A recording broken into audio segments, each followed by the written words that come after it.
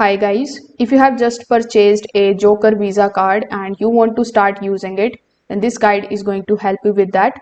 So you are going to learn how you can activate it and how you can use it both online and in store. So on your Joker Visa card, most of the cards are pre-activated at purchase. However, online use requires registering the card details first.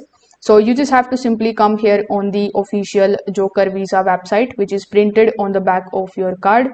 Now, when you are on that page, you just have to simply enter your card number, its expiration date, and the CVV, and then add your name and the billing address. So this particular step is required for the online payments to work. For in-store purchases, you just have to simply swipe, insert, and tap the card, then select the credit if prompted, and no PIN is usually required unless you set one. Now you need to visit the card's website and enter your details to check your balance. Just make sure that your purchase amount does not exceed the available balance. The partial payments may not work at all the stores. So that's how you can basically do it. Thank you for watching.